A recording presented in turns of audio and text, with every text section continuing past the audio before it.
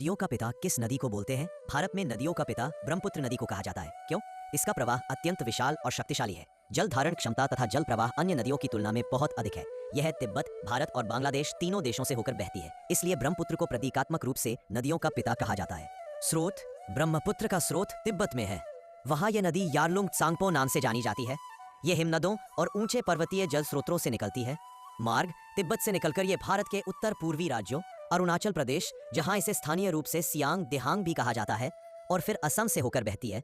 भारत से आगे जाकर ये बांग्लादेश में प्रवेश करती है, जहां उसे आमतौर पर जमुना कहा जाता है। अंत में यह गंगा, पद्मा व मेघना के जाल में मिलकर बंगाली दलदल जलीय व्यवस्था बनाती है। दूसरा, लंबाई और जल प्रवाह। एक संक्षेप: पूरी लंबाई में हजारों किलोमीटर बहती है। कुल लंबाई लगभग 2800-2900 किलोमीटर के आसपास बताई जाती है। यह जलवाहकता और मिट्टी अलसादन की दृष्टि से बहुत भारी नदी है, इसलिए इसे शक्तिशाली नदी माना जाता है।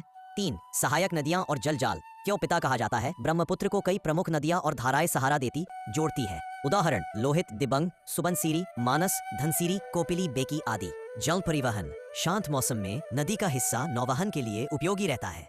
हाइड्रो पावर संभावनाएं: ऊपरी हिस्सों में ऊर्जा उत्पादन की क्षमता है, पर पर्यावरण, पारिस्थितिक और राजनीतिक अंतर्देशीय कारणों से योजनाएं संवेदनशील रहती हैं। जैव विविधता: नदी के गड्ढों और तटे महत्वपूर्ण जीव जंतु आश्रय हैं।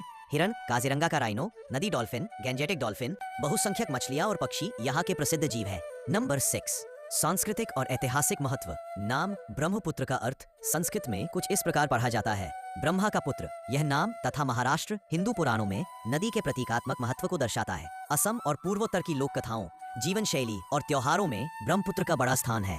नदी वहाँ के लोगों की रोजमर्रा की जिंदगी से गहरे जुड़ी है। संक्षेप में, क्यों नदियों का पिता? आयतन में विशालता, इसकी जल मात्रा और बहने की शक्ति बहुत बड़ी है। कंद्र नदी का काम: कई सहायक धाराएं और अन्य नदियां इसके नेटवर्क से जुड़ती हैं। यह पूरे बेसिन का प्रमुख वाहक है, इसलिए पिता समान केंद्रीय और संरक्षक उपमेय दिया जाता है। आर्थिक सांस्कृतिक प्रभुत्व: क्षेत्र की अर्थव्यवस्था, पारिस्थितिकी और संस्कृति पर इसका नियंत्रण प्रभाव बहुत बड़ा है, जो पिता सदृश स्थिति दिखाता है।